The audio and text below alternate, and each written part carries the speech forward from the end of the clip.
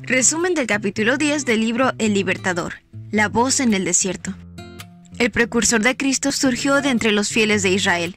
Zacarías, un anciano sacerdote, y su esposa Elizabeth eran justos a los ojos de Dios, y en sus vidas silenciosas la luz de la fe resplandecía como una estrella en medio de las tinieblas.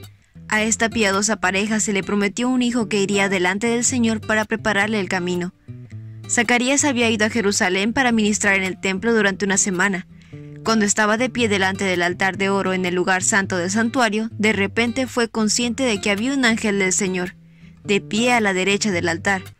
Durante muchos años él había orado por la venida del Redentor. Ahora estas oraciones estaban por ser contestadas. El ángel lo saludó con la alegre promesa: «No tengas miedo, Zacarías, Dios ha oído tu oración. Tu esposa, Elizabeth, te dará un hijo y lo llamarás Juan. Él será grande a los ojos del Señor. No deberá beber vino ni ninguna bebida alcohólica, y será lleno del Espíritu Santo. Será un hombre con el espíritu y el poder de Elías. Preparará a la gente para la venida del Señor. Inclinará el corazón de los padres hacia los hijos, y hará que los rebeldes acepten la sabiduría de los justos». Zacarías le dijo al ángel: «¿Cómo puedo estar seguro de que ocurrirá esto? Ya soy muy anciano, y mi esposa también es de edad avanzada». Por un momento, el anciano sacerdote se olvidó que Dios puede cumplir lo que promete. 500 años antes, el ángel Gabriel le había revelado a Daniel el periodo profético que se extendería hasta la venida de Cristo. Zacarías sabía que el fin de este periodo se acercaba, y esto le había llevado a orar por el advenimiento del Mesías. Y ahora, exactamente el mismo ángel por medio de quien Dios dio la profecía había venido a anunciar a su cumplimiento. Zacarías había expresado duda acerca de las palabras del ángel. Ahora no podría volver a hablar hasta que se cumpliesen. «Ahora, como no creíste lo que te dije, te quedarás mudo, sin poder hablar, hasta que nazca el niño. Te aseguro que mis palabras se cumplirán a su debido tiempo». En ese culto, el sacerdote debía orar por el perdón de los pecados y por la venida del Mesías, pero cuando Zacarías intentó hacerlo, no pudo pronunciar una palabra. Cuando salió del lugar santo, su rostro resplandecía con la gloria de Dios, y las personas se dieron cuenta de que seguramente había tenido una visión en el santuario. Zacarías estaba en silencio, pero les comunicó por señas lo que había visto y oído. Enseguida, después del nacimiento del niño prometido, su padre pudo volver a hablar. El Espíritu Santo descendió sobre Zacarías y profetizó sobre la misión de su hijo. «Tú, mi pequeño hijo, serás llamado profeta del Altísimo, porque prepararás el camino para el Señor. Dirás a su pueblo cómo encontrar la salvación mediante el perdón de sus pecados». Juan creció y se fortaleció en espíritu, y vivió en el desierto hasta que comenzó su ministerio público a Israel. Dios había llamado al hijo de Zacarías a la mayor obra que hubiera sido confiada alguna vez a los hombres, y el Espíritu de Dios estaría con él si obedecía las instrucciones del ángel. Juan debía comunicar a las personas la luz de Dios, debía impresionarlos con su necesidad de la justicia de Dios. Tal mensajero debía ser santo, un templo donde habitara el Espíritu de Dios. Debía tener buena salud física, así como fuerza mental y espiritual. Por tanto, le sería necesario dominar sus apetitos y pasiones. La niñez y la juventud es la edad para desarrollar la facultad del dominio propio. Los hábitos formados en los primeros años deciden si venceremos o seremos vencidos en la batalla de la vida. La juventud, el tiempo de la siembra, determina el carácter de la cosecha para esta vida y la venidera. Al preparar el camino para la primera venida de Dios, Juan representaba a los que preparan un pueblo para la segunda venida de nuestro Señor. En el orden natural de las cosas, el hijo de Zacarías había sido educado en las escuelas rabínicas, pero como esto lo habría arruinado para su obra, Dios lo llamó al desierto para que aprendiese de la naturaleza y del Dios de la naturaleza. Juan halló su hogar en medio de colinas áridas, quebradas, inhóspitas y cuevas rocosas. Allí lo que lo rodeaba lo ayudó a formar hábitos de sencillez y abnegación. Allí podía estudiar las lecciones de la naturaleza, la revelación y la providencia de Dios. Desde la niñez, sus padres temerosos de Dios le habían recordado su misión, y él había aceptado el encargo sagrado. La soledad del desierto era un venido escape de la sociedad en la cual la incredulidad y la impureza habían llegado a ser casi universales.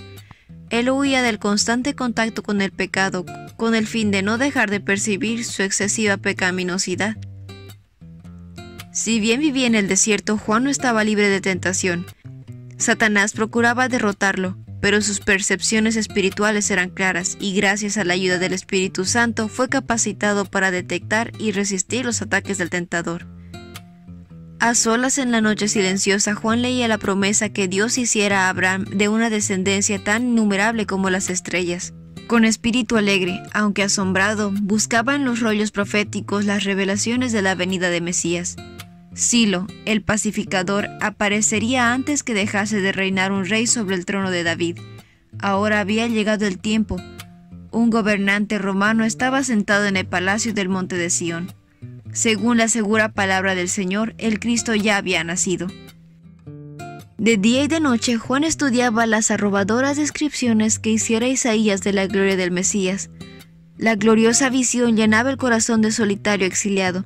Miraba al rey en su hermosura y se olvidaba de sí mismo, contemplaba la majestad de la santidad y se sentía deficiente e indigno.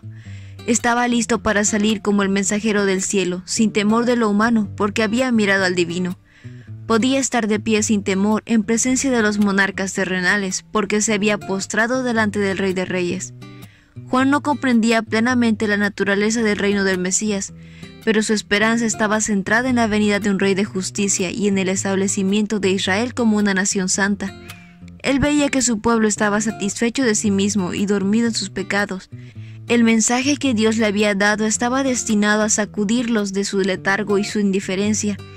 Antes que la semilla del Evangelio pudiese echar raíces, el suelo del corazón debía ser roturado. Antes de que tratasen de obtener la santidad de Jesús, debían ser despertados para ver el peligro de las heridas del pecado. Cuando comenzó el ministerio de Juan, la nación iba avanzando hacia la revolución. El rey Arquelao había sido destruido, y Judea había quedado directamente bajo el dominio de Roma. La tiranía y la extorsión de los gobernantes romanos y sus esfuerzos por introducir las costumbres y los símbolos paganos encendieron la rebelión, que fue sofocada con la sangre de miles de los más valientes de Israel. En medio de las discordias y las luchas se oyó una voz procedente en el desierto, una voz impactante y firme, aunque llena de esperanza. Arrepiéntanse de sus pecados y vuelvan a Dios, porque el reino del cielo está cerca. Con un poder nuevo y extraño conmovía a la gente. Se estaba anunciando que la venida de Cristo se acercaba. Con el espíritu y el poder de Elías, Juan denunciaba la corrupción nacional y reprendía los pecados que imperaban. Sus palabras eran directas y convincentes. Toda la nación se conmovió, muchedumbres enteras se dirigían al desierto. Juan invitaba al pueblo a arrepentirse como símbolo de la purificación del pecado, y los bautizaba en las aguas del río Jordán. Príncipes y rabinos, soldados, cobradores de impuestos y campesinos acudían para oír al profeta.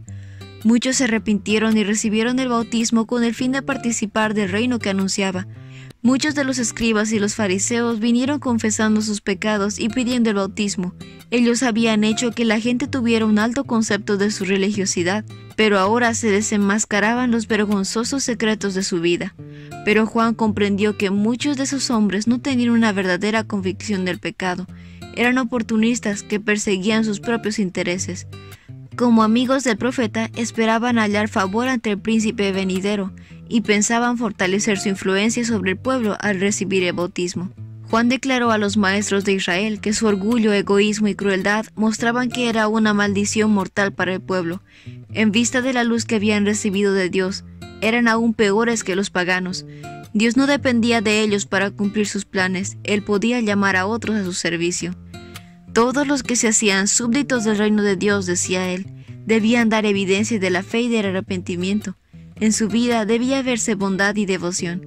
Debían atender al necesitado, proteger a los indefensos y dar un ejemplo de virtud y compasión. Yo bautizo con agua a los que se arrepienten de sus pecados y vuelven a Dios. Pero pronto viene alguien superior a mí, tan superior que ni siquiera soy digno de ser su esclavo y llevarles las sandalias. Él los bautizará con el Espíritu Santo y con fuego. En el tiempo de Juan el Bautista, Cristo estaba por presentarse como revelador del carácter de Dios. Su misma presencia haría que las personas vieran sus pecados. Únicamente en la medida que estuviesen dispuestos a ser purificados de sus pecados, llegarían a tener comunión con Él. Así declaraba Juan el Bautista el mensaje de Dios a Israel. Muchos lo aceptaban y sacrificaban todo con el fin de obedecer. Varios abrigaban la esperanza de que fuera el Mesías, Pero al ver Juan que el pueblo se volvía hacia él, buscaba toda oportunidad de dirigir su fe hacia el que había de venir. Y ese fue el resumen del capítulo 10 del libro El Libertador. No olvides compartir este video con tus compañeros de clase o con las personas que tú crees que puedan necesitar este resumen. Nos vemos la próxima.